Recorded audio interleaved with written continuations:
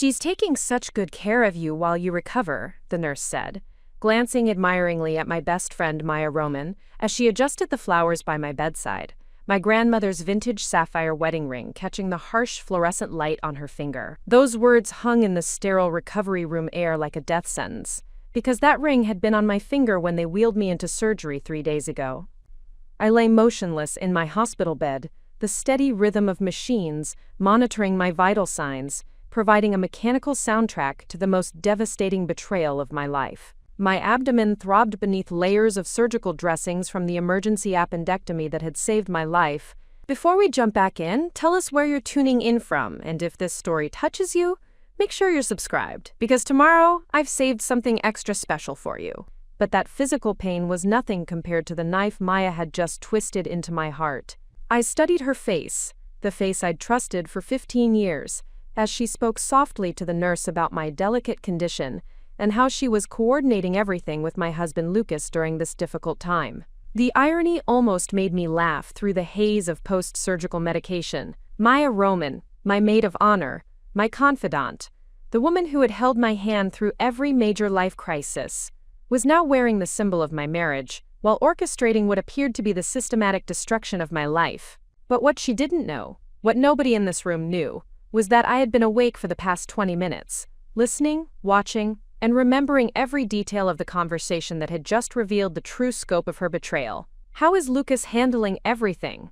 the nurse asked, her voice filled with the kind of practiced sympathy reserved for family members of critical patients. Maya's expression shifted into what I recognized as her concerned friend performance. A slight furrow of her brow, a delicate sigh, the way she clasped her hands together as if steadying herself for difficult news. "He's devastated, of course," Maya replied, her voice carrying just the right tremor of emotion. "The doctors aren't sure about Jenna's long-term recovery. The complications during surgery were significant. Lucas is trying to be strong, but he's asked me to handle the immediate decisions while Jenna heals." She paused, touching the ring, my ring, with her thumb in a gesture that seemed almost possessive. "We've been discussing some practical arrangements. The house, the business decisions that can't wait."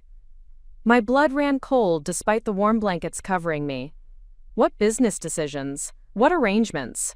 Lucas Reed and I had built our consulting firm from nothing over the past 8 years. Our partnership, both professional and personal, creating the life we'd dreamed of together. Maya had been there for every milestone.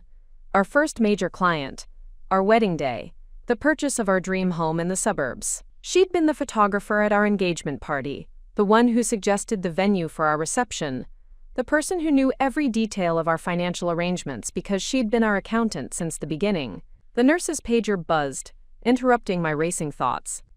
"I should check on my other patients," she said, her sneakers squeaking against the linoleum as she moved toward the door. "Press the call button if Jenna shows any signs of waking up. The doctor wants to monitor her neurological responses closely." "Of course," Maya responded, settling into the chair beside my bed with the familiarity of someone who had claimed territory. "I'll stay with her. Lucas trusts me completely to watch over her." As the door closed behind the nurse, Maya's demeanor changed instantly. The performance mask slipped away, replaced by something I had never seen before. Cold calculation mixed with what looked disturbingly like satisfaction. She pulled out her phone, typing rapidly, then glanced at me to ensure I remained unconscious before placing a call. "It's me," she said quietly, her voice barely above a whisper. "Yes, everything is going exactly as planned. The surgery complication story is working perfectly. Everyone believes she's in critical condition with possible brain damage." She paused, listening to whoever was on the other end. "Lucas signed the papers this morning. He was so distraught about potentially losing her that he didn't even read the fine print about the temporary business management clause." My heart pounded so hard I was terrified the monitors would betray my consciousness, but somehow my vital signs remained steady. Maya continued her conversation, oblivious to my awareness. "The ring was easier than expected. The nurses removed all her jewelry for surgery, and I simply took responsibility for keeping it safe. When she wakes up, if her cognitive function is impaired, as the doctors suggested it might be, she'll be grateful that someone she trusts is handling the important details." Maya's laugh was soft but carried an edge I'd never heard before. By the time she's fully recovered, the new arrangements will be completely legal and established. Lucas is already dependent on my support through this crisis." The call ended, and Maya returned to her concerned friend persona as footsteps approached in the hallway. But I had heard enough. My best friend hadn't just stolen my wedding ring. She had somehow manipulated my medical crisis to gain control over my business, my marriage, and apparently my entire life while I lay unconscious and vulnerable. What Maya didn't know, what she couldn't have known, was that this betrayal was about to become the biggest mistake of her life. Because while she had been busy performing the role of devoted friend to the outside world, I had been preparing for exactly this kind of scenario for months. Not this specific situation, of course. I could never have imagined that my closest friend would be the threat. But I had learned long ago that in business and in life, protection required preparation. The signs had been there if I had chosen to see them. Maya's increasing interest in the financial details of our business. Her subtle questions about Lucas's decision-making process. Her suggestions about modernizing our partnership agreements. Her insistence on being my emergency contact for everything from medical procedures to business accounts. The way she had positioned herself as indispensable to both Lucas and me, the trusted friend who knew every password, every legal document, every vulnerability in our carefully constructed life. But Maya had made one critical error in her calculations. She had assumed that Jenna Hayden, the trusting friend, the grateful client, the woman who had relied on her expertise for nearly a decade, would remain helpless even after regaining consciousness. She had no idea that beneath the surface of our friendship, I had been quietly building safeguards that would make her betrayal not just impossible to complete, but ultimately self-destructive. As I lay in that hospital bed, listening to her make another phone call about managing Jenna's affairs during her recovery, I allowed myself a small, invisible smile. Maya thought she was 3 steps ahead of everyone else. She had no idea that the game had already been won, and she had just revealed herself as the opponent I never knew I was playing against. The machines continued their steady beeping, measuring a heartbeat that belonged to someone much stronger than Maya Roman had ever imagined. She was about to learn that the quiet ones, the ones who listen, who observe, who prepare, are often the most dangerous when they finally decide to act. The friendship that would ultimately destroy my trust began in the most innocent way possible, a chance encounter in a college statistics class that neither of us wanted to take. I was Jenna Hayden then, a business major with dreams of entrepreneurship and a natural talent for seeing patterns others missed. Maya Roman sat 2 rows behind me, struggling with concepts that came easily to me, her frustration evident in the way she'd tap her pen against her notebook during lectures. When Professor Harrison announced our semester-long group project, I watched Maya's face fall as other students quickly formed their teams. She was beautiful in that effortless way that made people assume everything came easily to her. Long auburn hair, green eyes that seemed to hold secrets, and a smile that could convince anyone of anything. But behind that confidence, I recognized something familiar. The fear of being overlooked, of not being good enough. "Want to partner with me?" I had asked after class, approaching her table where she sat alone, surrounded by scattered notes and what looked like the beginning of tears. Her relief was so genuine, so grateful that it made my heart ache for the vulnerability she was trying so hard to hide. "I'm terrible at this," Maya had confessed as we worked through our first study session in the library. "Numbers just don't make sense to me the way they do to you. I watch you solve these problems like you're reading a story, and I can barely figure out which formula to use." That was how it started. Me helping Maya understand statistical analysis, while she helped me navigate the social aspects of college life I found intimidating. She taught me how to speak up in group discussions, how to present ideas with confidence, how to dress for networking events. I taught her how to read financial statements. Preparing and narrating this story took us a lot of time, so if you are enjoying it, subscribe to our channel, it means a lot to us. Now back to the story. How to spot inconsistencies in data, how to build business models that actually worked. Our partnership was symbiotic and, I thought, genuine. Maya's natural charisma opened doors that my analytical mind alone never could have accessed. She was the one who convinced our professor to recommend our project to the university's business incubator program. She was the one who charmed potential investors at pitch competitions, while I provided the substance behind her presentations. After graduation, it seemed natural that we would continue working together. Maya had discovered a talent for client relations and business development, while I excelled at strategy and operations. We complemented each other perfectly, or so I believed. When I met Lucas Reed at a networking event 2 years later, Maya was the first person I called to share the news of my attraction to the quiet, thoughtful consultant who specialized in organizational psychology. "He's perfect for you," Maya had said after meeting Lucas for the first time over dinner at my apartment. "Smart enough to challenge you, calm enough to balance your intensity, and completely smitten. I can see it in the way he looks at you when you're explaining business concepts." She had laughed, raising her wine glass in a toast. To Jenna, who finally found someone who appreciates her brilliant mind. Lucas and I built our consulting firm, Hayden Reed Strategic Solutions, with Maya serving as our primary accountant and business advisor.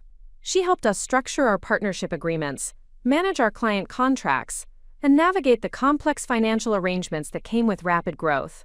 When Lucas proposed 3 years later, Maya was the one who helped him plan the surprise, ensuring every detail was perfect, down to the vintage sapphire ring that had belonged to my grandmother. "This ring has been waiting for the right love story," Maya had told me, as she helped me get ready for what I thought was just a casual dinner date. "Your grandmother would be so happy to see it representing something so beautiful." She had fastened the clasp of my necklace, her hands gentle and sure, and I had trusted her completely with the most precious moments of my life. The wedding planning process revealed Maya's true talents for organization and attention to detail. She coordinated with vendors, managed timelines, and somehow made the entire process feel effortless, despite the complexity of merging 2 lives and 2 businesses. She stood beside me as my maid of honor, tears streaming down her face during the ceremony, and I had believed those tears represented pure joy for my happiness. "You deserve this," she had whispered as she adjusted my veil before I walked down the aisle. "You've worked so hard for everything, and now you have everything you've ever wanted." Looking back now, I wondered if those words had carried a different meaning than I understood at the time. Had Maya been cataloging what I had? The successful business, the devoted husband, the financial security, and already planning how to claim it for herself? The signs of change were subtle at first.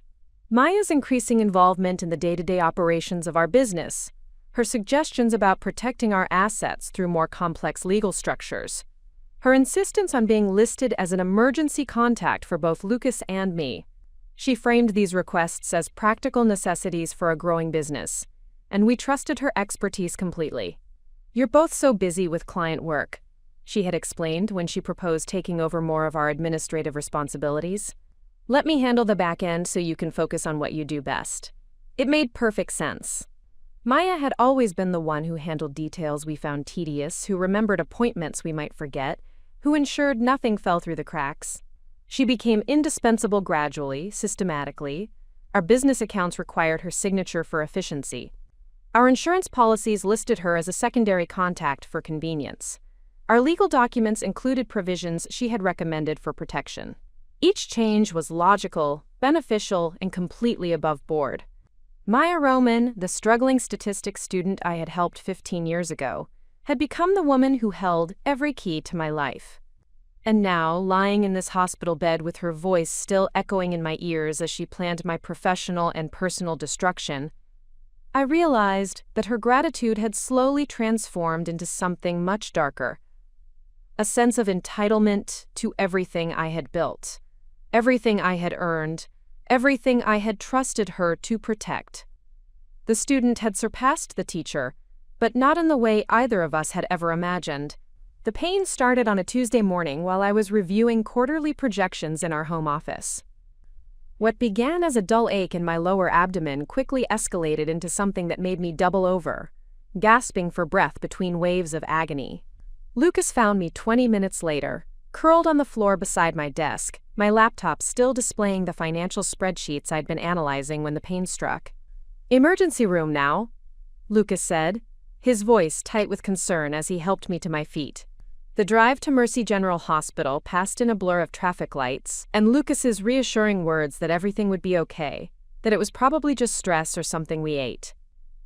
But the pain was unlike anything I'd ever experienced, sharp and relentless, making it impossible to think clearly about anything except the need for relief. The emergency room doctor's examination confirmed our worst fears: acute appendicitis with signs of perforation.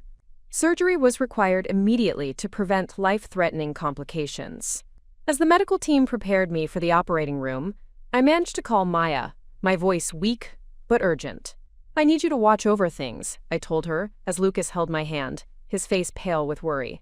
"The Everdeen account presentation is tomorrow, and the Harrison contract needs final review. Just make sure everything stays on track until I'm back." "Don't worry about any of that." Maya's voice was warm with concern over the phone. "Focus on getting better. Lucas and I will handle everything perfectly. You know you can trust me with anything." Those words, "you can trust me with anything," would replay in my mind countless times over the coming days, as I discovered just how literally Maya had interpreted that statement. The surgery itself was more complicated than expected. What should have been a routine appendectomy became a 3-hour procedure when the surgical team discovered that my appendix had indeed perforated, causing infection to spread throughout my abdominal cavity. Dr. Abigail Everdeen, the lead surgeon, explained to Lucas afterward that I would need an extended recovery period and careful monitoring for complications. The infection was more widespread than we initially realized. Dr. Everdeen told Lucas, her words carrying the weight of someone who had seen similar cases take unexpected turns. "We've cleaned everything thoroughly, but Jenna will need to remain sedated for the next day or two while the antibiotics work. There's also a possibility of temporary cognitive effects from the anesthesia and infection. Some patients experience memory gaps or confusion during the initial recovery period." Maya arrived at the hospital within an hour of my surgery, bringing flowers, comfort food for Lucas, and an efficiency that impressed everyone she encountered. She spoke knowledgeably with the medical staff about my condition, took detailed notes about my care requirements, and somehow managed to coordinate with our office manager about rescheduling client meetings without missing a beat. "She's incredible," I heard one nurse tell another during a shift change. "Most friends would be falling apart, but she's handling everything like a professional. The husband is lucky to have someone so competent helping during such a stressful time." While I drifted in and out of consciousness over the next 2 days, Maya established herself as my primary liaison with the outside world. She fielded calls from concerned clients, managed communication with our employees, and kept Lucas updated on business matters that couldn't wait for my recovery. To everyone watching, she was the perfect friend, capable, caring, and completely trustworthy. But on the 3rd day, when I finally regained full consciousness, I began to notice discrepancies in Maya's updates that sent cold warnings through my still healing body. "The Harrison contract had some last-minute changes," Maya explained to Lucas as they stood beside my bed, believing I was still too groggy to follow their conversation. "Nothing major, just some adjustments to the payment schedule and project management structure. I signed off on them since time was critical, and you were so focused on Jenna's care." I knew the Harrison contract intimately. I had spent weeks negotiating every clause, every timeline, every payment milestone. There were no pending changes, no deadline pressures that would require emergency modifications. Maya was lying, and she was doing it with the same concerned competence that had impressed the hospital staff. "What about the Everdeen presentation?" Lucas asked, running his hand through his hair in the gesture I recognized as his response to overwhelming stress. "Postponed, of course," Maya replied smoothly. I explained Jenna's situation, and they were completely understanding. Though I did mention that if they needed to move forward with a different consultant for timeline reasons, we would certainly understand. These corporate clients can't afford delays, and Jenna's recovery period is still uncertain. My heart rate spiked, and I had to consciously control my breathing to avoid triggering the monitoring equipment. The Everdeen account was our largest prospective client, representing nearly 30% of our projected annual revenue. Suggesting they might need to find alternative consulting services wasn't understanding. It was sabotage. "Should I be worried about the business?" Lucas asked, his voice carrying a vulnerability that made my chest ache. "I don't understand the financial complexities the way Jenna does. What if we lose clients while she's recovering?" That's exactly why you need someone who can step in temporarily, Maya said, her tone becoming more authoritative. Someone who knows the business inside and out, who clients already trust, who can make decisions without causing disruption. I've been thinking we should formalize some arrangements. Temporary power of attorney for business decisions, access to accounts that might need immediate attention, that sort of thing. I don't know. Lucas hesitated. That seems like something Jenna should decide when she's better. Of course, Maya agreed quickly, but I caught the flash of frustration that crossed her face before she composed herself. I'm just thinking ahead. You know how much Jenna worries about the business. If she wakes up to find things in chaos because we couldn't access necessary accounts or make time-sensitive decisions, the stress could actually impede her recovery. The manipulation was masterful in its logic and its emotional appeal to Lucas's protective instincts. Maya was positioning herself not as someone seeking control, but as someone trying to prevent problems that would ultimately hurt me. As visiting hours ended and Maya prepared to leave, she leaned over my bed, her voice soft and caring for Lucas's benefit. Rest easy, Jenna, she whispered, her hand briefly touching mine. I'm taking care of everything you care about. But her eyes held a message that her words didn't convey. Everything I cared about was now hers to control. The fourth day of my recovery marked the beginning of Maya's systematic campaign to isolate me from the business and personal networks I had spent years building. While I maintained the pretense of being heavily sedated, I watched her orchestrate a masterclass in manipulation that was both terrifying and impressive in its calculated precision. Maya arrived that morning carrying a leather portfolio and wearing what I recognized as her serious business outfit, a navy blazer with subtle pinstripes that conveyed authority without being intimidating. She had always understood the psychology of appearance, but now I was seeing that knowledge weaponized against people who trusted her completely. I've been thinking about our conversation yesterday, she told Lucas, settling into the chair that had become her unofficial territory. The temporary business management situation. I spoke with Connor Everdeen from the law firm this morning about the best way to protect Jenna's interests while ensuring business continuity. My blood chilled. Connor Everdeen was our corporate attorney, a meticulous man who had helped us structure our original partnership agreements. If Maya was consulting with him, she was moving far beyond casual suggestions into actual legal territory. What did he recommend? Lucas asked, his voice revealing the exhaustion of someone who had been sleeping in hospital chairs and surviving on vending machine coffee. Well, he explained that in situations like this, where one partner is temporarily incapacitated, the business could face serious complications if decisions need to be made quickly. Client contracts, vendor payments, employee issues.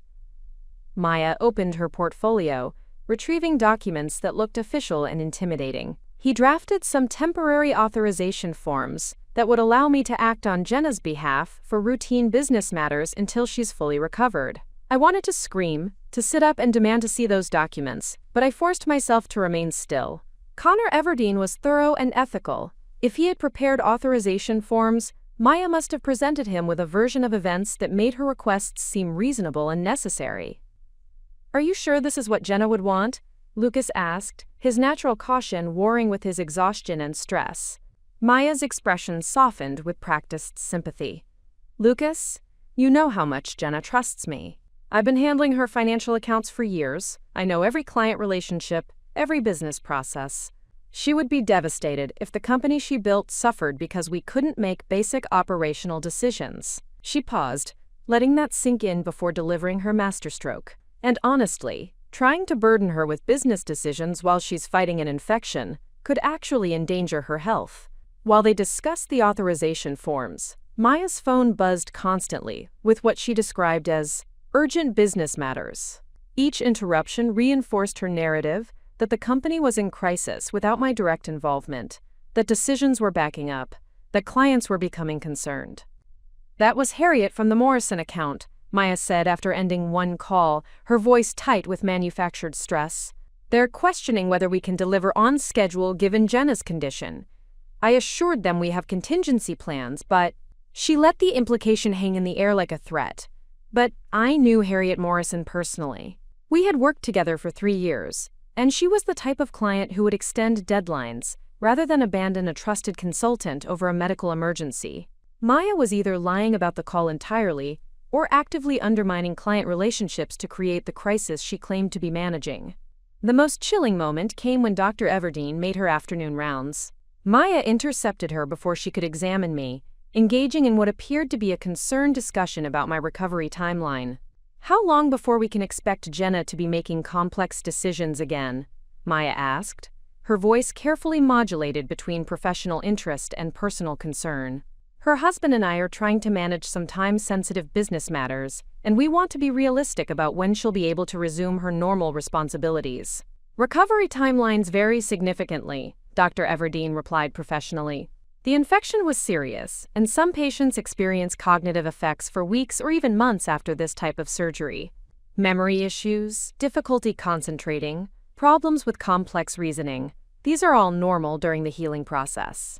I watched Maya absorb this information with what looked like concern but felt like strategic planning. She was gathering ammunition for her narrative that I would be incapacitated far longer than necessary, unable to challenge whatever arrangements she was putting in place. "Of course, we want her to focus entirely on healing," Maya said. "No stress, no complicated decisions, just rest and recovery. We'll handle everything else." That afternoon, Lucas signed the temporary authorization forms. I watched him do it, pen trembling slightly in his exhausted hands, believing he was protecting me and our business from complications that Maya had expertly manufactured. As visiting hours ended, Maya approached my bedside for her nightly ritual of fake concern, but this time her whispered words carried a different edge. "Sweet dreams, Jenna. Tomorrow we start making some real changes. Changes that should have happened a long time ago." Her smile was soft and caring for Lucas's benefit, but her eyes held a coldness I had never seen before. Maya Roman was no longer pretending, at least not to me. The mask was slipping, and underneath was someone I didn't recognize at all. The revelation that changed everything came through the most unexpected source.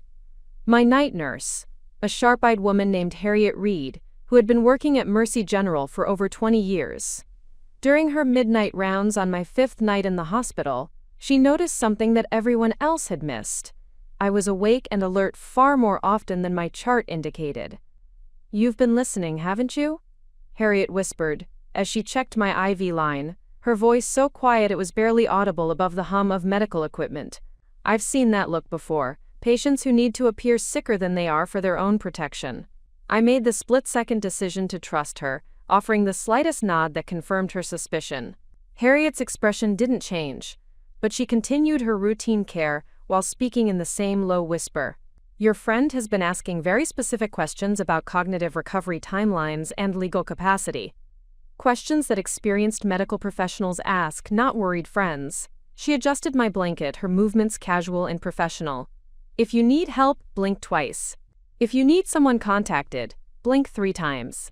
3 deliberate blinks, and Harriet Reed became my first ally in what I was beginning to understand was a carefully orchestrated betrayal that went far deeper than I had initially realized. "Who?"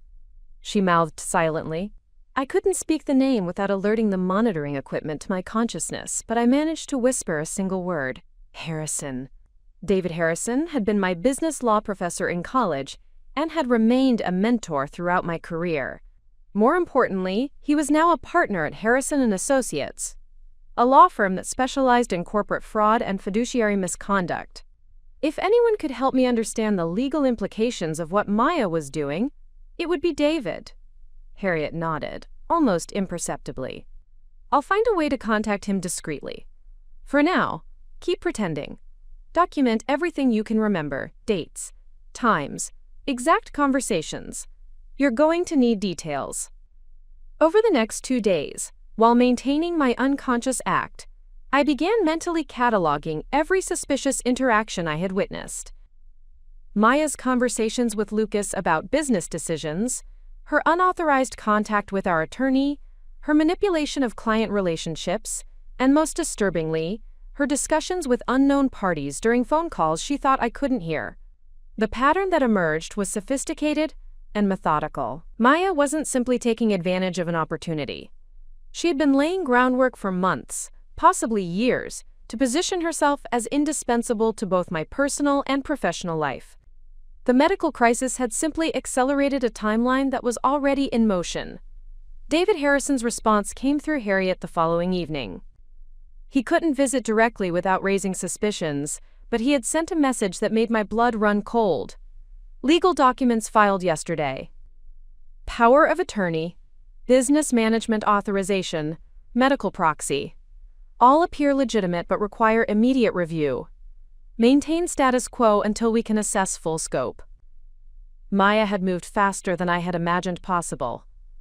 While I lay in this hospital bed, she had already begun the legal process of assuming control over my life.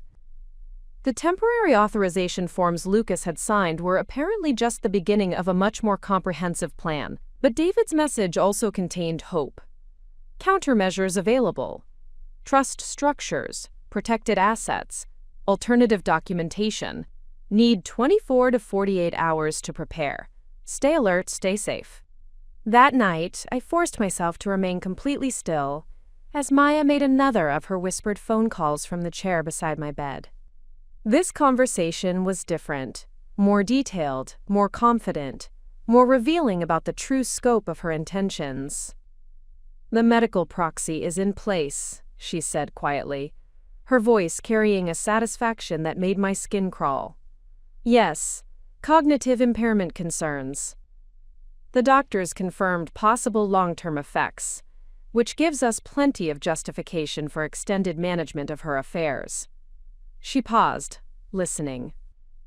"Lucas is completely dependent on my guidance now. He's overwhelmed and grateful for the help. He'll sign whatever I present as necessary for Jenna's protection." I heard papers rustling as Maya reviewed documents in the dim light of the hospital room. The business transfer protocols are ready for the next phase. Client relationships are already being redirected through me as the primary contact. The transition will appear completely natural, a temporary arrangement that becomes permanent due to medical necessity. The call revealed something that chilled me to the bone. Maya wasn't working alone. Someone else was providing legal guidance, strategic planning, and what sounded like financial backing for this elaborate scheme. This wasn't a crime of opportunity. It was a calculated corporate takeover disguised as concerned friendship. As Maya ended her call and settled back into her vigil beside my bed, I realized that my situation was far more dangerous than a simple betrayal. I was caught in a web of manipulation that had been years in the making, and Maya's next move would likely be to ensure that my cognitive impairment became permanent enough to justify her continued control. But Maya had made one critical error. She had underestimated both my awareness and my ability to plan ahead. David Harrison wasn't just my former professor. He was also the attorney who had helped me establish certain protective measures years ago, safeguards that Maya didn't even know existed. The student was about to get a very painful lesson from the teacher.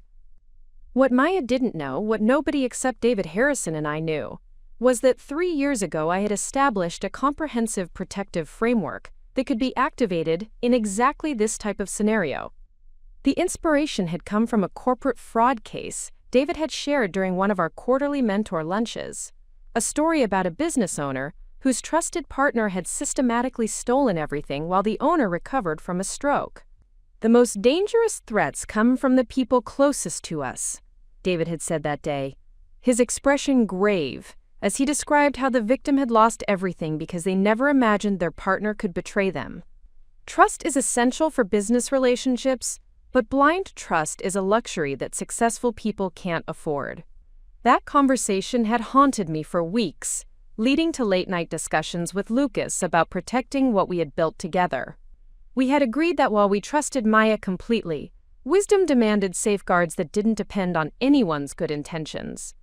The framework we established was elegant in its simplicity and devastating in its effectiveness. Every major asset, every critical business component, every valuable relationship was protected by what David called dead man switches, automated protections that would activate if certain conditions were met. The primary mechanism was a sophisticated trust structure that held controlling interests in our most valuable assets.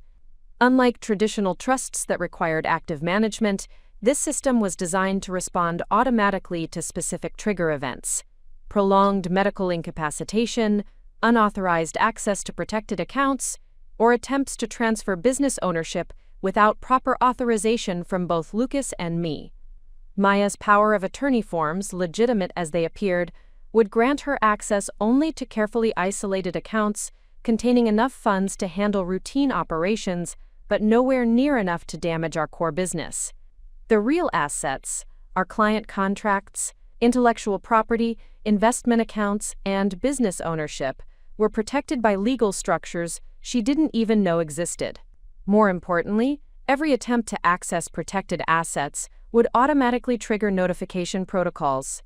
David's law firm monitored these accounts through automated systems that would alert them immediately if anyone tried to exceed authorized access levels. Maya's activities over the past few days had already generated a detailed electronic trail that would be admissible in court. But the most sophisticated element of our protection plan was something I called the competency insurance protocol. Anticipating that any serious threat might involve claims about my mental capacity or ability to make decisions, David had helped me establish a system of independent verification that could instantly refute such claims. Dr. Connor Hayden, a neuropsychologist who specialized in cognitive assessment, had worked with us to create detailed baseline cognitive evaluations that were updated annually and stored with an independent medical facility. If anyone questioned my mental capacity, these evaluations could be compared to current testing to provide objective evidence of my cognitive state. Additionally, we had established a network of professional contacts who could verify my competency through structured interactions. These weren't friends who might be dismissed as biased. They were business associates, medical professionals, and legal experts who had ongoing relationships with me and could testify to my mental acuity. As I lay in that hospital bed, listening to Maya orchestrate what she believed was the perfect crime, I knew that every move she made was actually tightening a legal noose around her own neck. The temporary authorization forms she had convinced Lucas to sign were worthless for accessing anything valuable. The business decisions she was making exceeded her actual authority and created grounds for fraud charges. The client relationships she was attempting to redirect were protected by contracts that prohibited such transfers without my explicit consent. Most critically, her conversations with unknown conspirators were being recorded by the very monitoring systems she thought she was circumventing. David's firm had installed discrete recording equipment in our business offices months ago, activated by keywords related to unauthorized access or business transfers. Maya's phone calls from the hospital were also being captured by a system that monitored communications from our business phones, which she had been using to maintain the appearance of legitimacy. The irony was perfect. Maya's efficiency and attention to detail, the qualities that had made her such an effective accountant, were creating a comprehensive record of her criminal activity. Every forged signature, every unauthorized transaction, every false statement to clients was being documented by systems she had helped us implement for entirely different purposes. But perhaps the most devastating element of our protection plan was one that wouldn't become apparent until Maya attempted her final moves. The business partnerships she was trying to control included specific clauses that would automatically dissolve if either Lucas or I were found to be under undue influence or coercion. These clauses would not only protect our assets, but would also trigger immediate legal reviews of all recent business transactions. Maya thought she was stealing a successful consulting firm. What she was actually stealing was an elaborate legal trap that would snap shut the moment she tried to claim her prizes. As Harriet Reed made her midnight rounds, she slipped me a small note from David. All systems active. Continue performance. Justice is 48 hours away.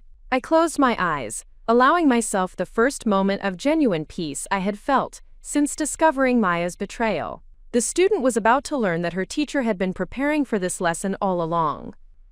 By the 7th day of my hospital stay, Maya's confidence had evolved into something approaching arrogance. She moved through the medical facility like someone who owned it, speaking authoritatively with staff members, making decisions about my care without consultation, and treating Lucas more like a junior partner than my husband. Her transformation was so complete that I began to wonder if the caring friend I had known for 15 years had ever really existed at all. The morning brought Maya's most audacious move yet. She arrived with a briefcase full of documents and a man I didn't recognize. a tall, silver-haired individual in an expensive suit who introduced himself to Lucas as Louis Everdeen, a specialist in, quote, business continuity planning during medical crises. Given the uncertainty around Jenna's recovery timeline, Louis explained to Lucas with the practiced smoothness of someone who made his living from other people's vulnerabilities, Maya and I have developed a comprehensive plan to ensure your business not only survives, but thrives during this difficult period.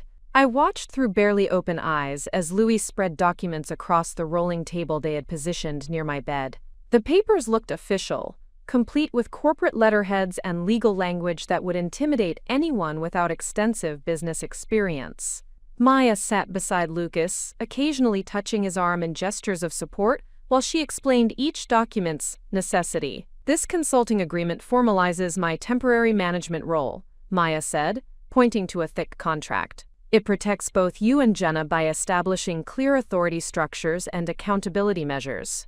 If clients or vendors question decision-making during Jenna's absence, this provides legal backing for all business operations. Lucas studied the documents with the concentration of someone trying to understand concepts outside his expertise. His background in organizational psychology had prepared him to analyze workplace dynamics and human behavior, but not to navigate complex business law designed to deceive.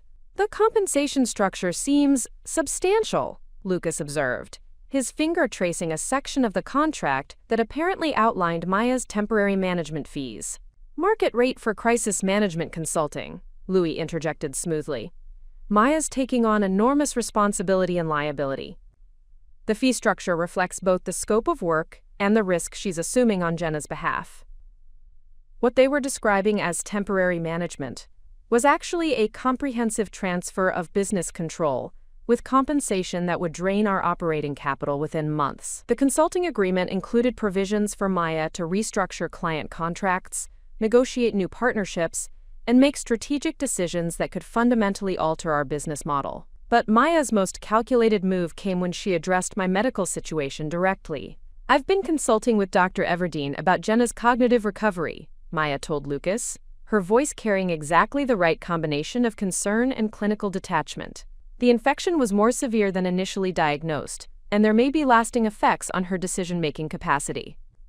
Dr. Everdeen mentioned that some patients never fully recover their previous level of cognitive function. I had to fight to control my breathing as Maya painted a picture of permanent brain damage that would justify her continued control indefinitely. Lucas's face went pale as he absorbed the implications of what she was suggesting. Are you saying she might not be able to run the business again? Lucas asked, his voice breaking slightly on the words. We have to be realistic, Louis said gently, stepping in with practiced empathy.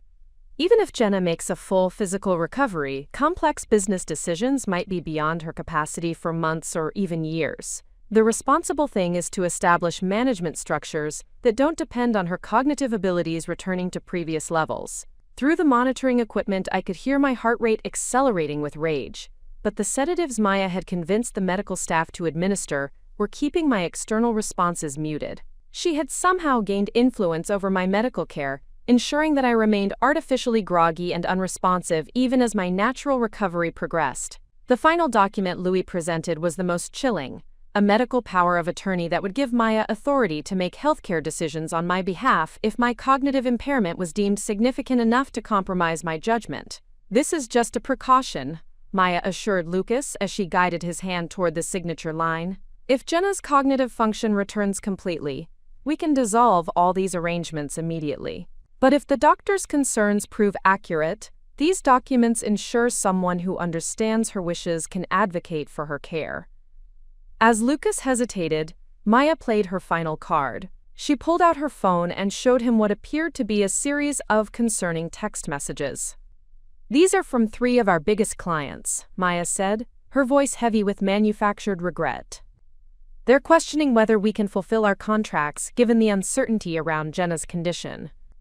If we don't demonstrate stable leadership soon, we could lose everything she worked to build. I recognized the manipulation immediately. Maya was creating urgency through manufactured crises, forcing Lucas to make decisions under pressure while isolated from independent advice. But what she didn't know was that our automated monitoring systems had already flagged her unauthorized client communications as potential fraud. As Lucas reached for the pen to sign what he believed were protective measures, I knew that Maya's web of deception was about to trigger the very safeguards she was trying to circumvent. Every signature, every false claim, every fraudulent authorization was being recorded by systems that would soon expose her elaborate scheme. The trap was almost ready to spring. The morning of my 8th day in the hospital brought a development that transformed my situation from dangerous to potentially life-threatening. Dr. Everdeen arrived for her routine rounds with an expression that immediately set off alarm bells, even through my medicated haze. Her usually confident demeanor was replaced by something that looked disturbingly like confusion mixed with concern. "I need to discuss some irregularities in Jenna's treatment plan," Dr. Everdeen said to Lucas, her voice carrying the careful tone medical professionals use when delivering unwelcome news. "There have been some modifications to her medication regimen that weren't authorized through proper channels." Maya, who had been reviewing documents at her usual station beside my bed, looked up with an expression of concerned surprise that would have been convincing if I hadn't spent the past week watching her performances. "What kind of modifications?" Lucas asked, his voice tight with renewed anxiety.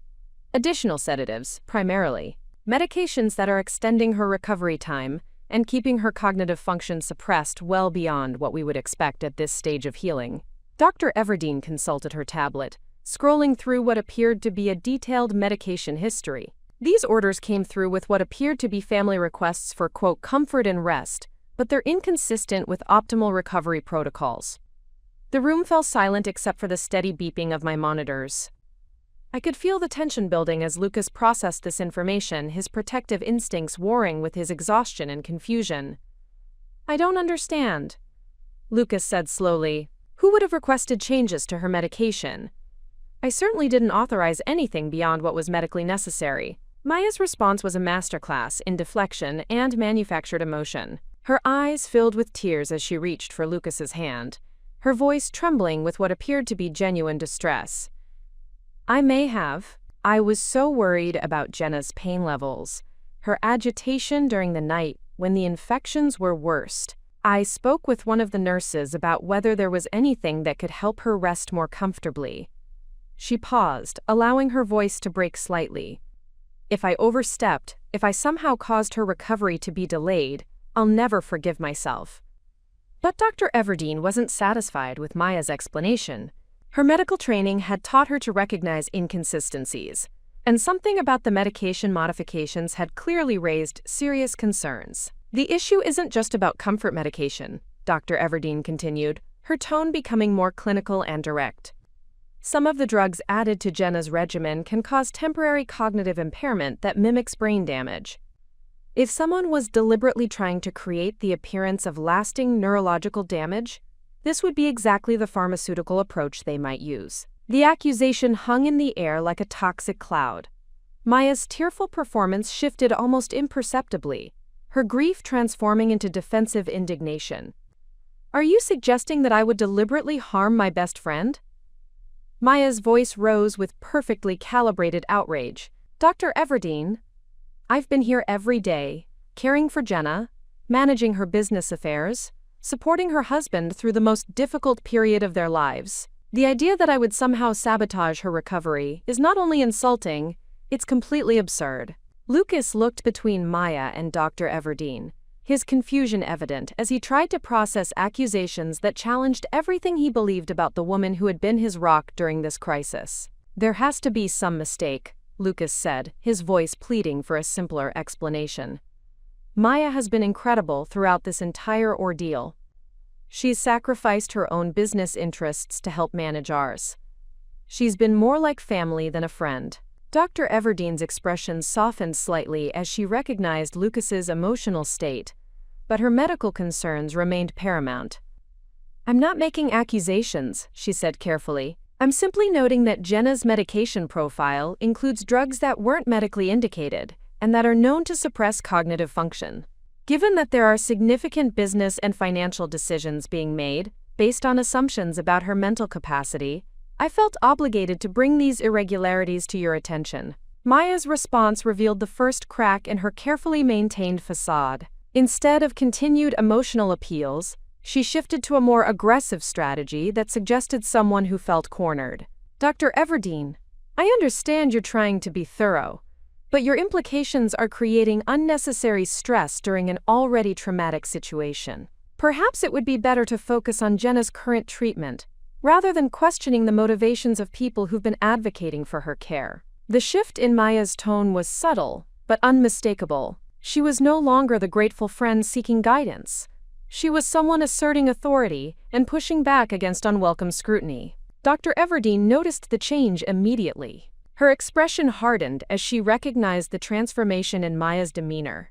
The emergence of someone who felt entitled to control medical decisions for a patient who wasn't her family member. "I think we need to have a more comprehensive discussion about Jenna's care team and decision-making protocols," Dr. Everdeen said, her voice taking on the firmness of someone who had identified a potential threat to her patient's welfare. But Maya had already begun her retreat, gathering her documents and preparing what looked suspiciously like an exit strategy. "Of course," Maya said, her voice returning to its practiced sweetness. "Jenna's recovery is all that matters to any of us." Yet her eyes held a coldness that suggested she was already planning her next move in what had become a much more dangerous game. Dr. Everdeen's intervention became the catalyst for my genuine recovery to begin. Within hours of her discovery of the unauthorized medications, she had ordered a complete review of my pharmaceutical regimen and began the process of safely reducing the sedatives that had been keeping me artificially suppressed. For the first time in over a week, I could feel my natural cognitive clarity returning, like sunlight breaking through storm clouds. "The improvement in her neurological responses is remarkable," Dr. Everdeen explained to Lucas during her evening rounds, her voice carrying the satisfaction of a physician who had identified and corrected a serious problem. "Within 24 hours, we should see significant increases in her alertness and cognitive function. The medications that were suppressing her recovery are clearing her system much faster than expected." Lucas sat beside my bed, holding my hand with a gentleness that made my heart ache. I could see the toll the past week had taken on him, the dark circles under his eyes, the tension in his shoulders, the way he seemed to second-guess every decision. Maya's manipulation hadn't just targeted me. She had systematically undermined his confidence and isolated him from his natural support systems. "Will there be any lasting effects?" Lucas asked, his voice carrying fears that had clearly been building for days. "From the infections, the surgery complications, whatever was happening with her medications. Based on her current responses, I expect a full recovery," Dr. Everdeen assured him. Jenna's cognitive baseline was exceptionally high to begin with, and there's no evidence of any actual neurological damage. The confusion and delayed responses of the past few days appear to have been entirely pharmaceutical in nature. What Dr. Everdeen couldn't see, but what I was beginning to understand with increasing clarity, was the full scope of damage that Maya had inflicted during my period of vulnerability. As my natural awareness returned, I began to piece together fragments of conversations I had overheard, phone calls I had witnessed, and decisions that had been made in my name while I was unable to respond. The business implications alone were staggering. Maya had used my incapacitation to contact every major client, ostensibly to inform them of my condition, but actually to plant seeds of doubt about my ability to fulfill our contracted obligations. She had rescheduled critical meetings, delayed important deliverables, and created an atmosphere of uncertainty that could take months to repair. More disturbing were the legal documents she had convinced Lucas to sign. The temporary power of attorney was just the beginning. There were consulting agreements that gave her unprecedented control over business operations, medical proxy forms that granted her authority over my healthcare decisions, and what appeared to be preliminary paperwork for more permanent arrangements that would have been devastating if implemented. But perhaps the most insidious aspect of Maya's campaign was how she had isolated Lucas from our normal support networks. She had convinced him that business associates shouldn't be burdened with personal medical details, that family members would be too emotional to help with practical decisions, and that professional advisors like David Harrison were too expensive to consult during a temporary crisis. Maya had systematically dismantled every relationship that might have provided Lucas with independent perspective or advice, leaving him dependent on her guidance for decisions he felt unqualified to make alone. It was a masterclass in psychological manipulation that had transformed my capable, intelligent husband into someone who doubted his own judgment on every matter related to our life together. The financial damage was harder to assess but clearly significant. Maya had been making business decisions with apparent authority, authorizing expenditures that exceeded her legitimate access levels, and redirecting client payments through accounts she controlled. The temporary management fees outlined in her consulting agreement would have drained our operating capital within months, leaving us financially vulnerable even if I made a complete recovery.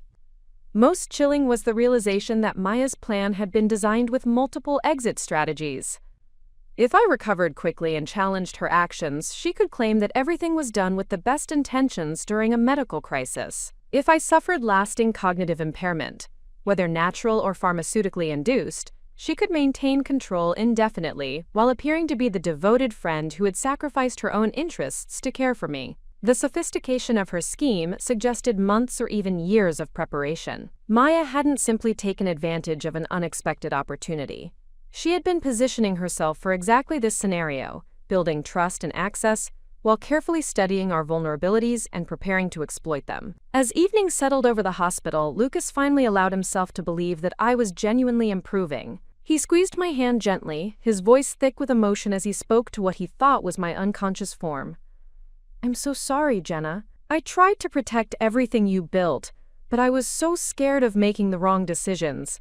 Maya seemed to know exactly what to do, and I trusted her completely." His voice broke slightly.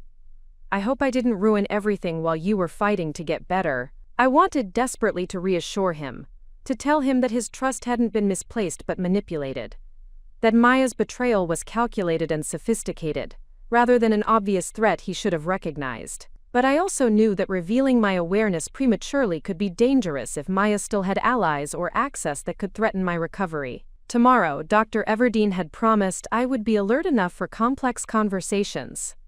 Tomorrow, I could begin the process of reclaiming my life and exposing the full extent of Maya's betrayal. Tonight, I would plan exactly how to destroy her. My awakening the next morning was carefully orchestrated theater.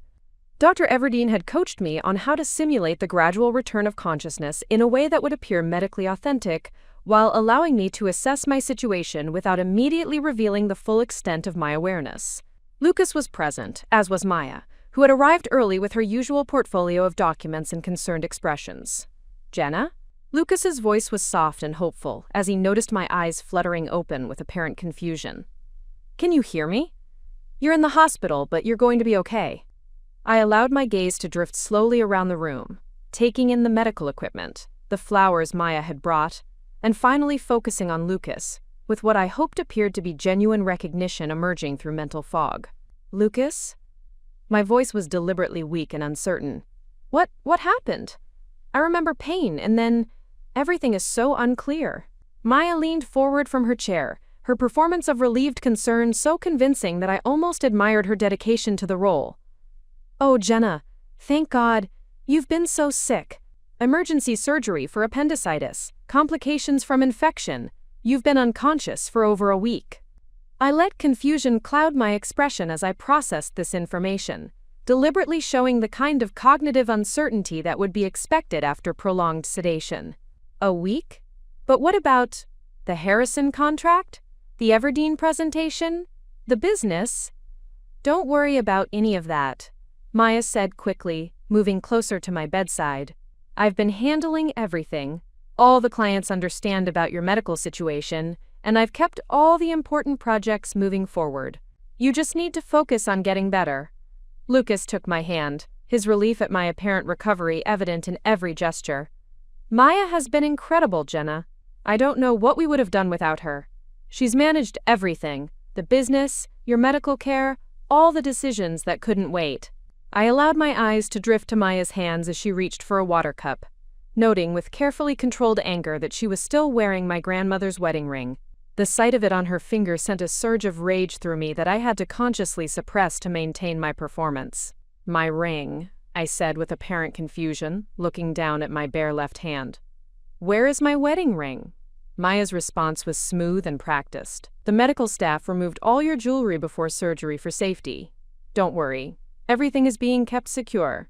When you're feeling stronger, we'll make sure you get everything back. But I caught the slight tightening around her eyes, the almost imperceptible pause before she answered. Maya was lying about the ring's location, and now I knew she was fully committed to her deception rather than simply taking advantage of circumstances. Dr. Everdeen arrived for her morning rounds, and I played my part perfectly, confused about recent events but clearly improving, asking basic questions about my condition, while appearing unable to focus on complex information for extended periods. Her cognitive function is returning nicely, Dr. Everdeen told Lucas and Maya, though I caught her giving Maya a particularly sharp look.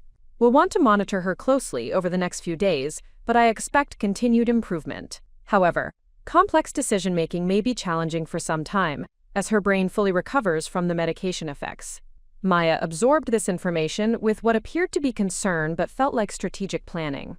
Of course, we wouldn't want to burden her with business decisions until she's completely recovered. I'll continue managing the urgent matters that can't wait. Actually, Dr. Everdeen said with careful authority, now that Jenna is conscious, any major decisions about her care or personal affairs should involve her directly, even if she needs additional support to process complex information. It's important for recovery that patients maintain as much autonomy as their condition allows.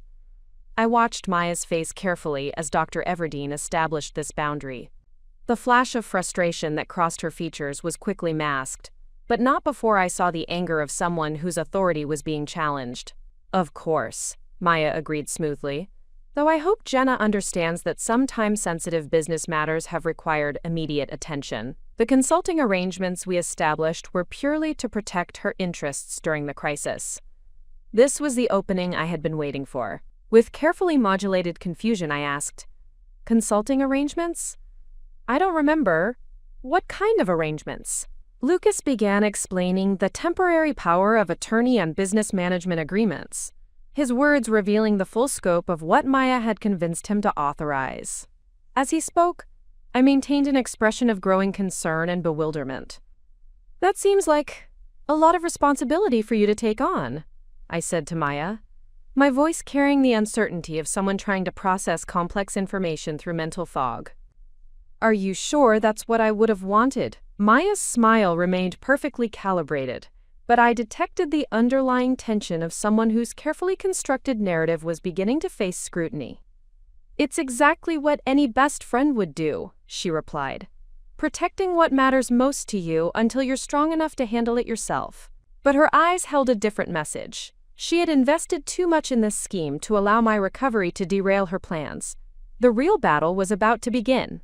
The breakthrough came from an unexpected source.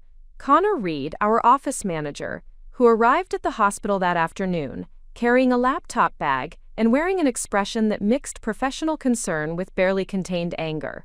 Lucas had mentioned him to Maya as someone who might need to discuss operational matters, but what Maya didn't know was that Connor had been David Harrison's recommendation when we first hired him 2 years ago. "I hope you don't mind the intrusion," Connor said as he entered my room, his eyes quickly assessing the dynamic between Lucas, Maya, and me. "There are some urgent matters that require Jenna's input, even if she's not feeling completely herself yet." Maya immediately moved to intercept this potential disruption to her narrative. "Connor, I appreciate your concern, but Jenna is still recovering from serious complications. Dr. Everdeen has advised limiting complex business discussions until her cognitive function returns to normal." But Connor had clearly prepared for this resistance. "Actually, these matters specifically require Mrs. Hayden's personal authorization because they involve access to protected accounts that were established outside of normal business operations. The bank is requesting her direct verification for certain transactions that have been flagged as unusual." I watched Maya's face carefully as Connor delivered this information. Her confident expression wavered slightly, the first sign that she was encountering systems she hadn't anticipated or couldn't control.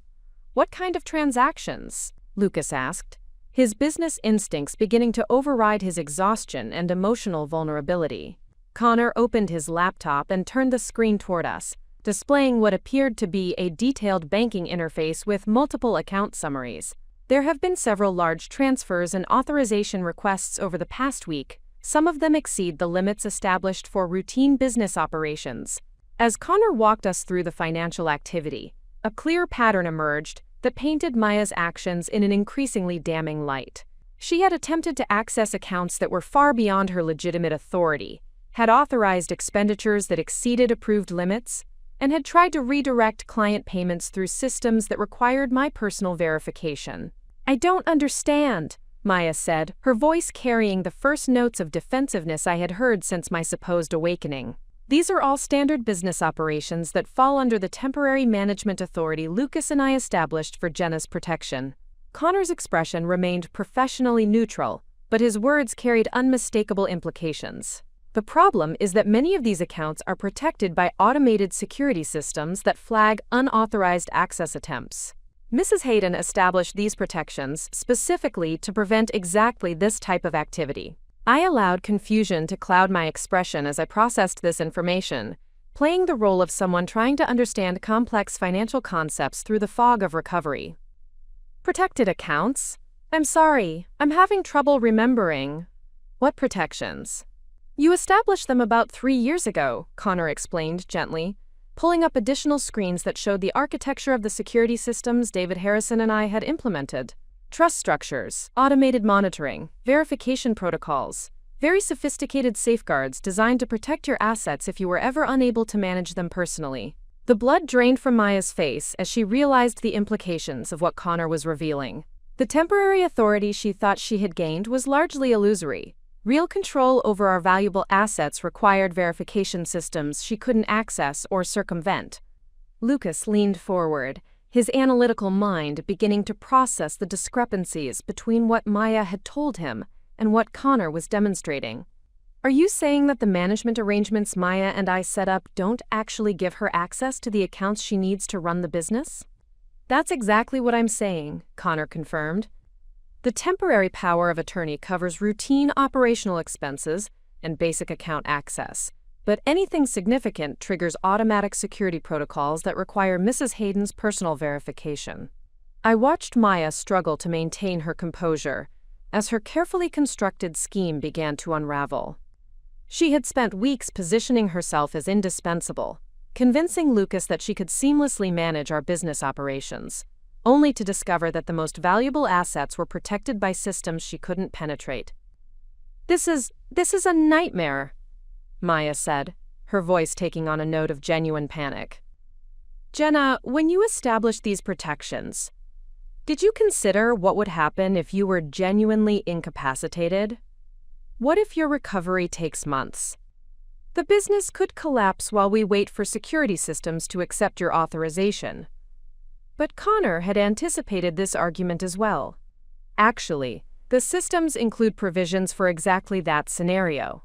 There are established protocols for cognitive assessment, independent verification of decision-making capacity, and temporary authorization procedures that protect both Mrs. Hayden's interests and business continuity."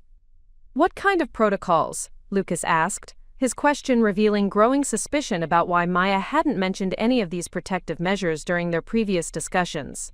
Connor pulled up another screen that displayed a comprehensive framework David Harrison and I had established years ago.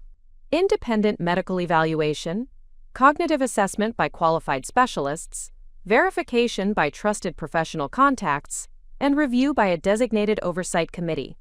It's designed to distinguish between temporary incapacitation and genuine long-term impairment. Maya's expression had shifted from concern to something approaching desperation. "This is incredibly complicated. Surely there must be simpler ways to handle temporary business management during medical crises." "Not when the assets involved are substantial enough to attract fraud," Connor replied with devastating directness. "These protections exist specifically because Mrs. Hayden understood that serious wealth requires serious security measures." As the full scope of the protective systems became clear, I saw Maya realize that her elaborate scheme had been designed to steal assets she could never actually access. Every document she had convinced Lucas to sign, every authorization she had obtained, every plan she had made was worthless against protections she never knew existed. The trap had been waiting for 3 years, and Maya had walked directly into it. The revelation that shattered any remaining illusions about Maya's motivations came through Connor's laptop in the form of communication logs that our automated security systems had been recording for weeks.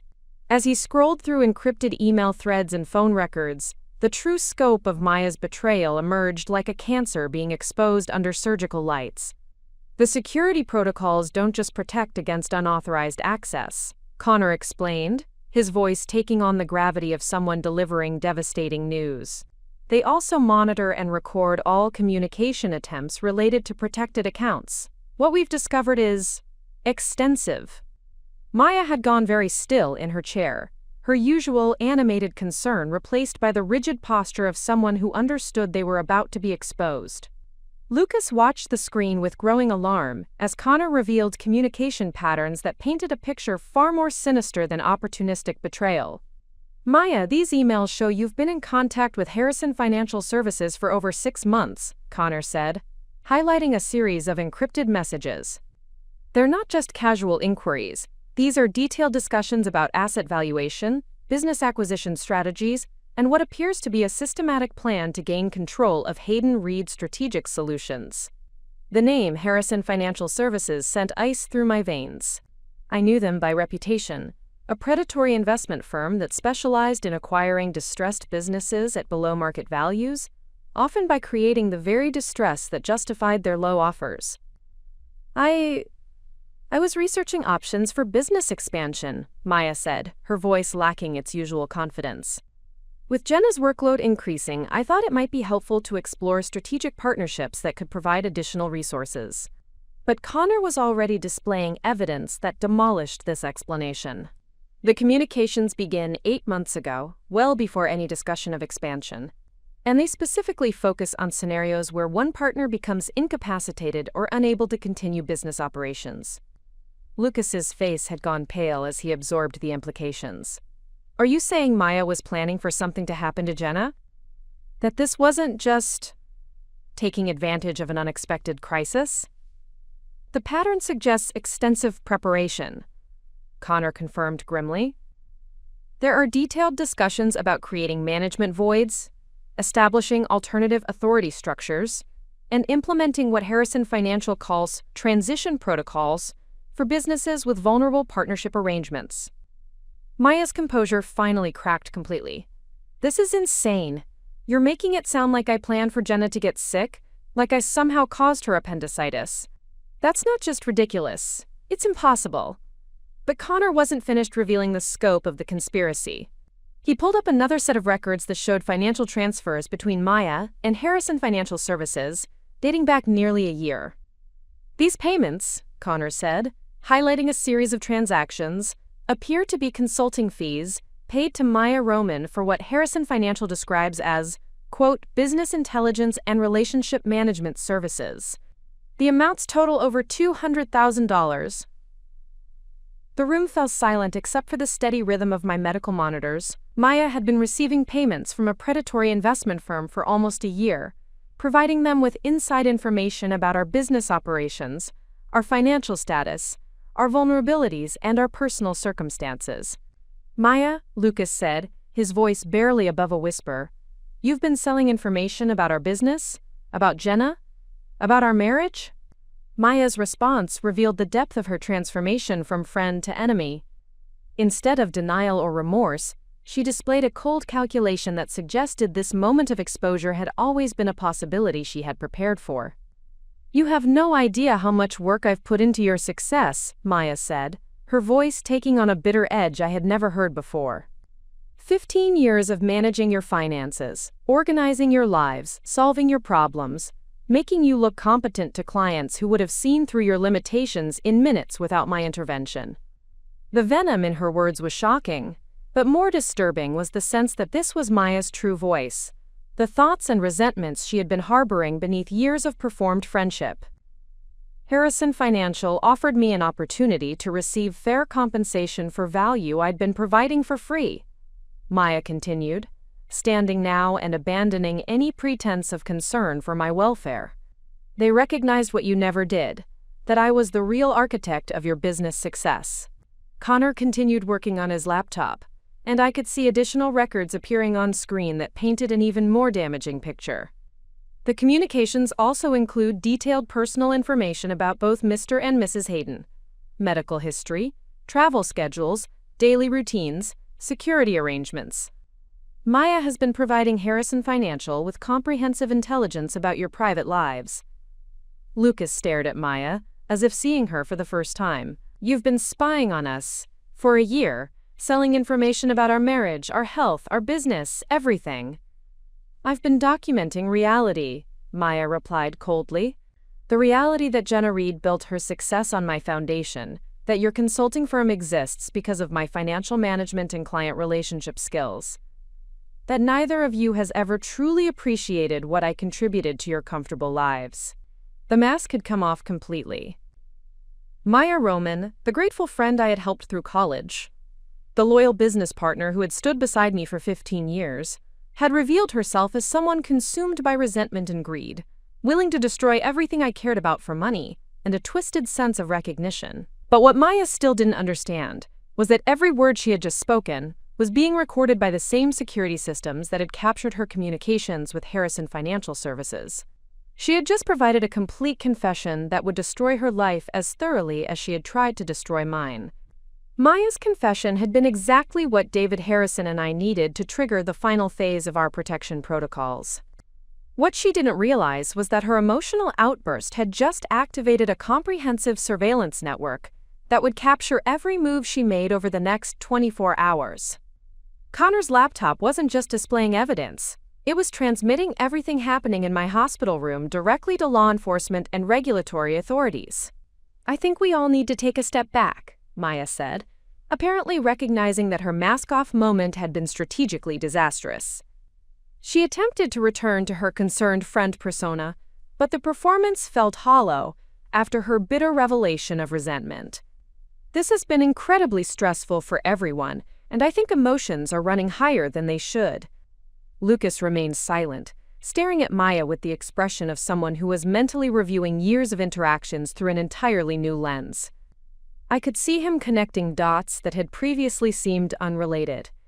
Maya's presence at every important moment, her knowledge of our most private affairs, her insistence on being involved in every major decision. Connor continued working on his laptop with the methodical precision of someone executing a carefully planned operation. Actually, Maya, there are a few more things we need to discuss before anyone leaves. The security systems have flagged some additional activities that require immediate attention. I watched Maya's face as Connor spoke, noting the way her eyes darted toward the door as if calculating escape routes. Her confident manipulation of the past week was crumbling, replaced by the desperation of someone who realized their elaborate scheme was collapsing. What kind of activities? Maya asked, her voice tight with barely controlled anxiety. Connor turned his laptop screen to display what appeared to be real-time monitoring data. Your phone has been quite active over the past hour. Multiple calls to Harrison Financial Services, several encrypted messages, and what appears to be coordination with parties outside the hospital. The color drained from Maya's face as she realized the implications. Our security systems hadn't just been recording her past communications. They had been monitoring her current activities, capturing every panicked response to her exposure. You've been monitoring my phone? Maya's voice rose with indignation that would have been more convincing if she hadn't just confessed to selling our private information to corporate predators.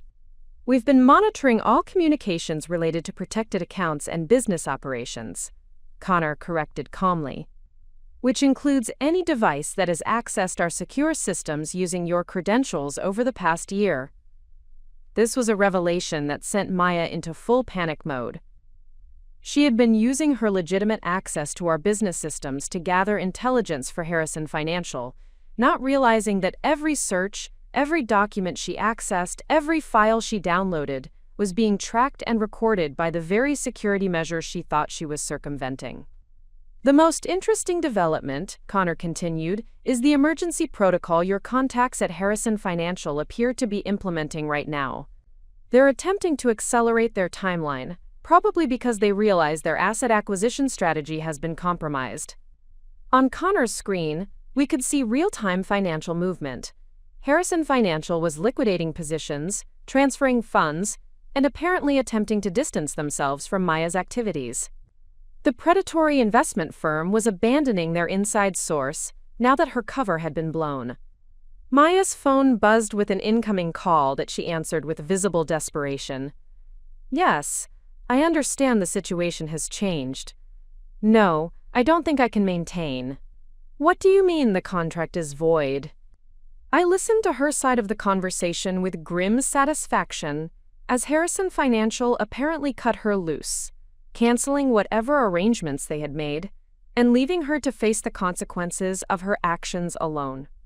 The consulting fees they had paid her for intelligence about our business were apparently contingent on her maintaining her position of trust, a position she had just destroyed through her emotional confession. They're terminating your consulting arrangement, Lucas observed with the analytical detachment of someone watching a psychological case study unfold. Whatever they were paying you for, they don't think you can deliver it anymore. Maya's desperation transformed into rage as she realized she had sacrificed 15 years of friendship and professional relationships for promises that evaporated the moment she became a liability. "This is all your fault," she snarled at me, her voice carrying venom I had never imagined possible.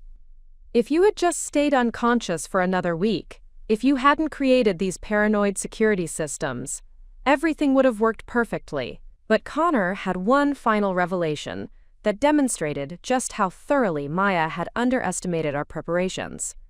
Actually, Maya, the security systems were specifically designed to handle exactly this scenario. Someone we trusted gaining access to our business, developing external relationships that compromised that trust, and eventually revealing their true intentions. He pulled up a document that made Maya's face go white with shock.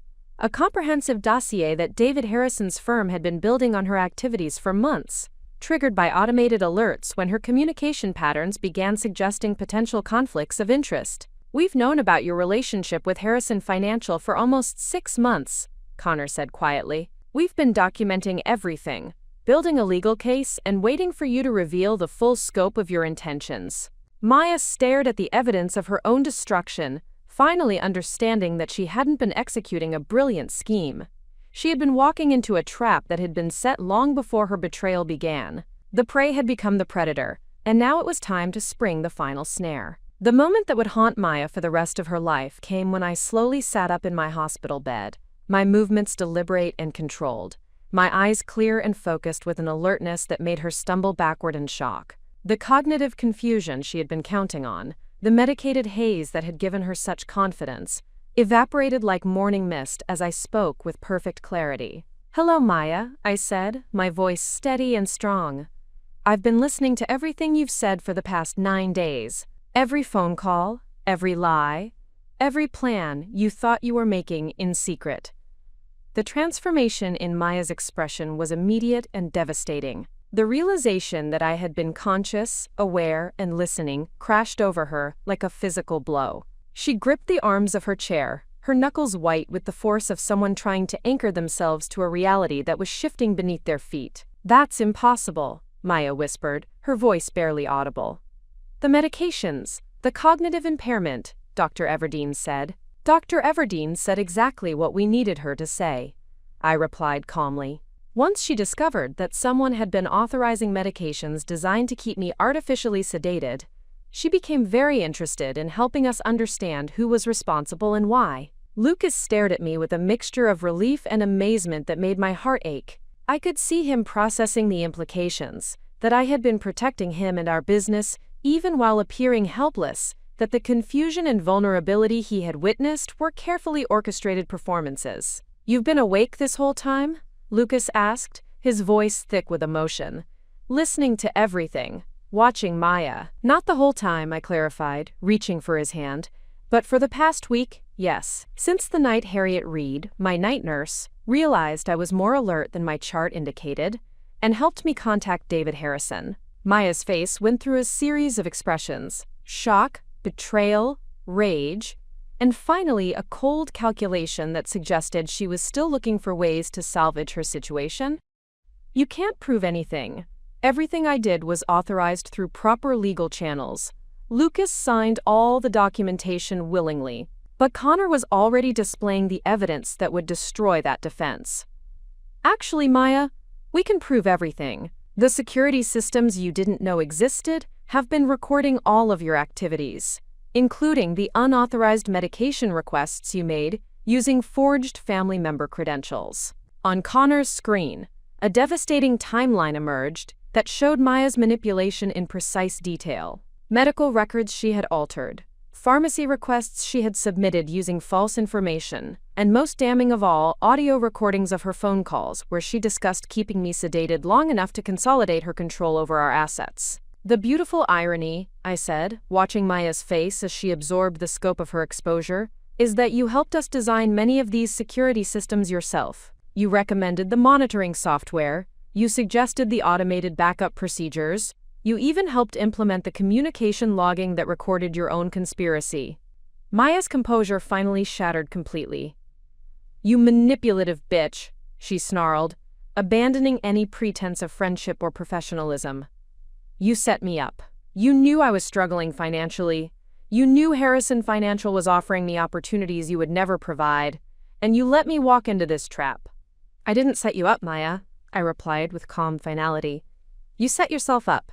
Every choice you made, every boundary you crossed, every trust you violated was your decision. I simply prepared for the possibility that someone close to us might choose betrayal over loyalty."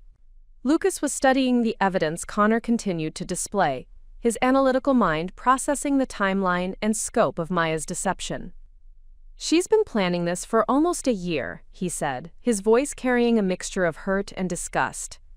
"The suggestions about updating our legal documents, the recommendations for new security procedures, the insistence on being our emergency contact for everything, it was all preparation." The most sophisticated part, Connor added, was how she positioned herself as indispensable while simultaneously creating the vulnerabilities she planned to exploit.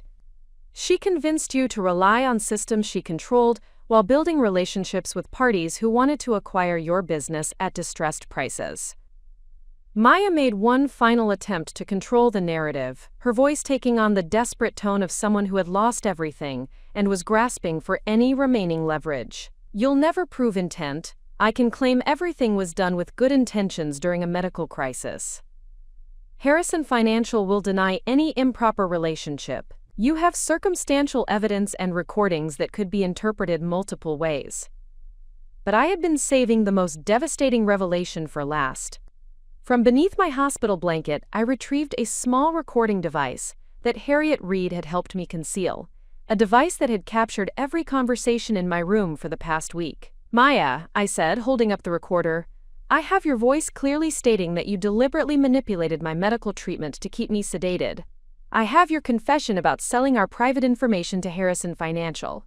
I have you admitting that you've been planning to steal our business for months." The recording device represented the final nail in Maya's coffin. Unambiguous evidence of her crimes in her own words, recorded while she believed I was unconscious and unable to hear her confessions. Maya stared at the device with the expression of someone watching their entire future disappear, finally understanding that her elaborate scheme had been nothing more than an elaborate form of self-destruction.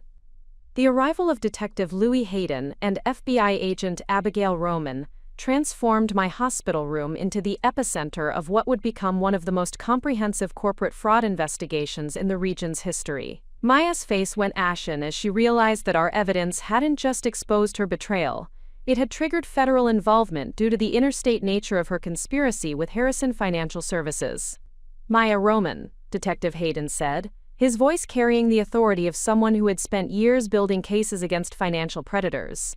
"You're under arrest for conspiracy to commit fraud, identity theft, unauthorized access to protected financial systems, and conspiracy to commit elder abuse through medication tampering."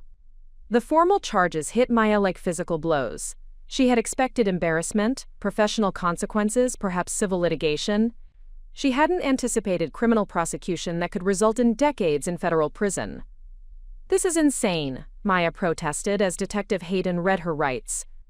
"I never committed elder abuse.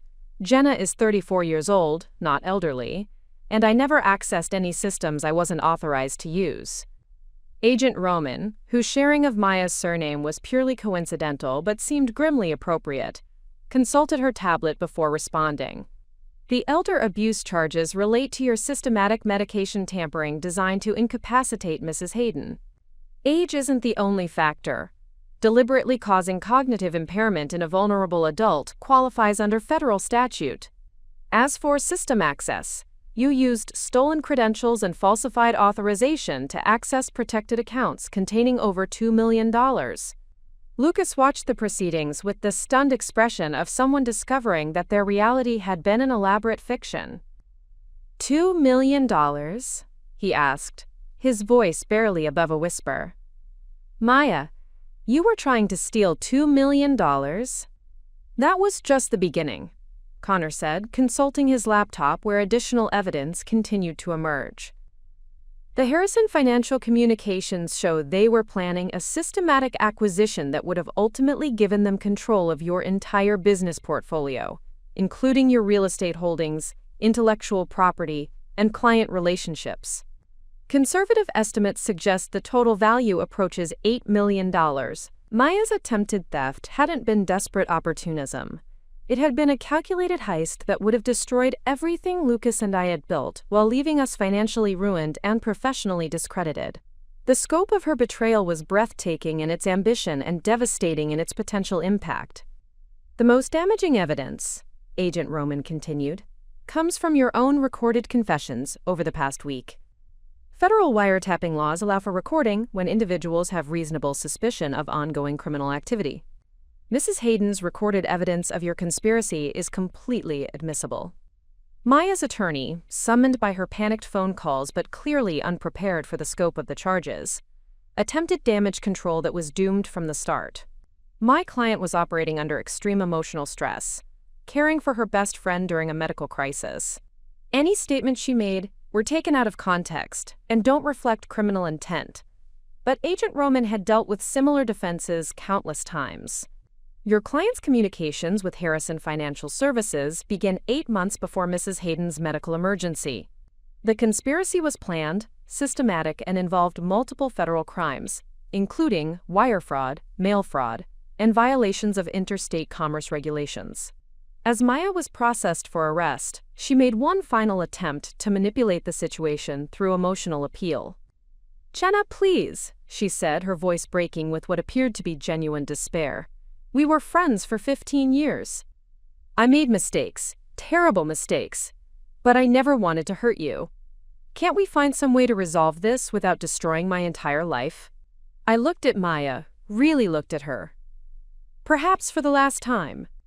The woman who had stood beside me at my wedding, who had helped me build my business, who had been present for every major moment of my adult life. But I also saw the person who had systematically planned to destroy everything I loved, who had drugged me to maintain control, who had sold my private information to predators. "Maya," I said quietly, "you destroyed your own life the moment you decided that our friendship was worth less than Harrison Financial's money. I didn't betray you, you betrayed yourself." The finality in my voice seemed to break something fundamental in Maya's resistance. She stopped struggling against the handcuffs, stopped making appeals, stopped trying to control a situation that had moved far beyond her ability to manipulate. As law enforcement escorted Maya from the hospital room, Lucas sank into the chair she had occupied for so many days, his head in his hands as he processed the magnitude of what had almost happened to us. "How did you know?" he asked finally. "How did you see this coming when I trusted her completely?" I took his hand, feeling the warmth of genuine connection after days of performance and deception. "I didn't know it would be Maya specifically," I admitted, "but I learned a long time ago that the people who can hurt you most are the ones you trust completely. The protections we built weren't about paranoia, they were about wisdom." Outside my hospital window, I could see Maya being placed in a federal vehicle that would transport her to a future she had never imagined when she began this scheme. Justice wasn't always swift, but when it arrived, it was thorough. The weeks following Maya's arrest brought a restoration process that went far deeper than simply returning stolen assets or rebuilding damaged business relationships. Lucas and I discovered that healing from betrayal required confronting not just what Maya had done, but how her systematic manipulation had slowly altered our perception of ourselves and our capabilities over the years. She was right about one thing: Lucas said during one of our evening conversations as I recovered at home, my grandmother's wedding ring finally back where it belonged. We did rely on her expertise more than we probably should have.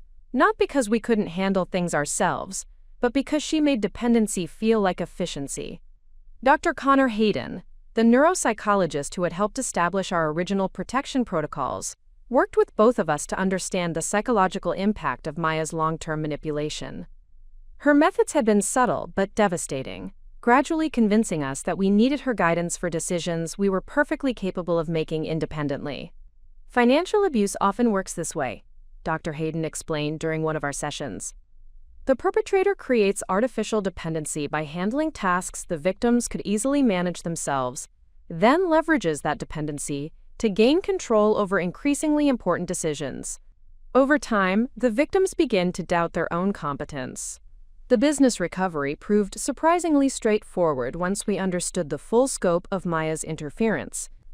Our clients, far from being concerned about my medical crisis, were actually relieved to work directly with Lucas and me again, rather than through Maya's increasingly controlling filter. She had been making our relationship with you unnecessarily complicated, admitted Harriet Everdeen from our largest account.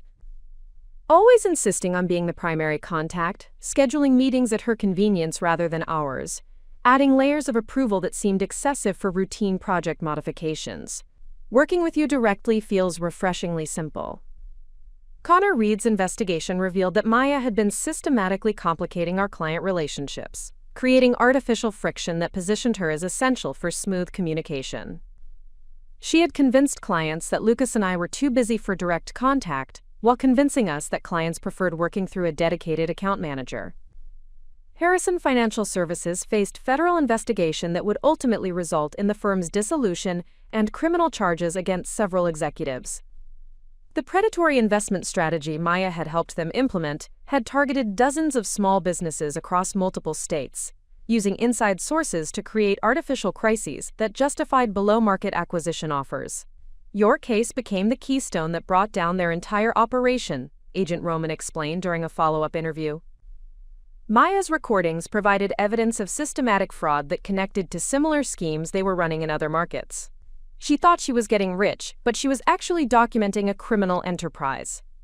The personal healing proved more complex than the professional restoration. Lucas struggled with guilt over signing the authorization documents that had given Maya temporary control, despite understanding that his decisions had been made under deliberate manipulation during extreme stress. "I keep thinking about all the signs I missed," he said one evening as we walked through the garden behind our home. Her questions about our security arrangements, her insistence on being involved in every major decision, the way she always seemed to know exactly what to say to make us feel grateful for her help. But working with Dr. Hayden helped us understand that Maya's manipulation had been professional-grade psychological warfare, not obvious red flags that we should have easily recognized. She had used her legitimate access to our financial information to identify our vulnerabilities, then exploited our trust to position herself as indispensable while gradually gaining control over our decision-making processes. The most profound healing came from recognizing how much stronger our relationship had become through surviving Maya's betrayal. The crisis had revealed Lucas's fundamental integrity and my own resilience, while demonstrating that our partnership could withstand even sophisticated attempts to destroy it from within. We built something she couldn't take apart, I realized during one of our recovery sessions. All her planning, all her manipulation, all her years of positioning herself as essential, none of it could actually damage what we created together. She could steal assets, she could forge documents, she could drug me unconscious, but she couldn't destroy our actual partnership. David Harrison visited regularly during my recovery, helping us understand the legal ramifications of Maya's prosecution, while updating our security protocols to prevent similar betrayals in the future. But his most valuable contribution was helping us see Maya's scheme as validation of our success, rather than evidence of our vulnerability. "Predators target valuable assets," David observed during one of our consultations. "Maya's elaborate conspiracy was actually a testament to what you've built together." She wouldn't have invested a year of planning and risked federal prosecution to steal something that wasn't genuinely valuable. As my physical recovery completed and Maya's trial date approached, Lucas and I found ourselves stronger individually and as partners than we had been before her betrayal. The experience had taught us to trust our own judgment, to value our natural instincts, and to recognize that true security comes from understanding our own capabilities rather than depending on others to manage our lives. Maya had tried to steal our business, our assets, and our future. Instead, she had accidentally given us something invaluable: absolute confidence in our ability to protect what we had built together.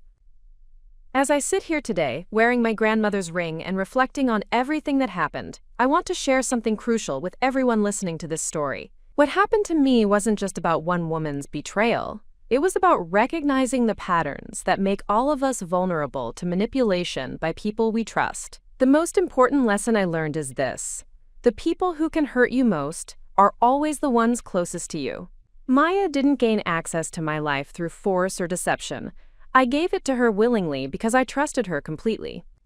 And that trust, while beautiful and necessary for meaningful relationships, becomes dangerous when it's blind and absolute. But here's what I want you to understand. Being betrayed by someone you trust doesn't make you naive or foolish. It makes you human.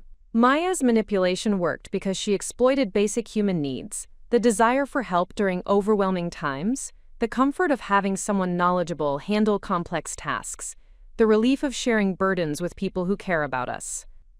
Every woman listening to this has probably experienced some version of what I went through. Maybe it wasn't elaborate financial fraud, but perhaps it was a friend who gradually isolated you from other relationships, a family member who convinced you that you couldn't manage your own decisions, or a partner who slowly made you dependent on their guidance for things you could handle perfectly well yourself. The signs are always there, but they're designed to be subtle. Watch for people who position themselves as indispensable, who always seem to know exactly what you need to hear, who gradually take over more and more aspects of your life while making you feel grateful for their help. Be suspicious of anyone who discourages you from seeking independent advice or who creates artificial urgency around decisions that benefit them. But most importantly, trust your instincts even when you can't articulate why something feels wrong. I had moments over the years when Maya's helpfulness felt too convenient, when her solutions seemed to benefit her as much as us, when her knowledge of our private affairs seemed excessive. I dismissed those feelings because I couldn't prove anything was wrong, but those instincts were trying to protect me. Protection isn't about becoming paranoid or refusing to trust anyone. It's about creating systems that don't depend entirely on other people's good intentions. The safeguards that saved my business and my marriage weren't built because I suspected Maya specifically, but because I understood that valuable things attract predators, and intelligent protection requires preparing for threats you hope you'll never face. Document important decisions, maintain independent relationships, keep some resources that only you control, and never give anyone complete authority over your life, no matter how much you trust them. These aren't signs of paranoia. They're signs of wisdom. If you're currently in a situation where someone controls too much of your life, where you feel dependent on their guidance for decisions you used to make confidently, where you've gradually lost touch with your own judgment, know that it's not too late to reclaim your autonomy. Start small. Rebuild your confidence in your own capabilities. Reconnect with independent sources of advice and support. Remember that true friends and partners want you to be strong and independent. They celebrate your capabilities rather than highlighting your limitations.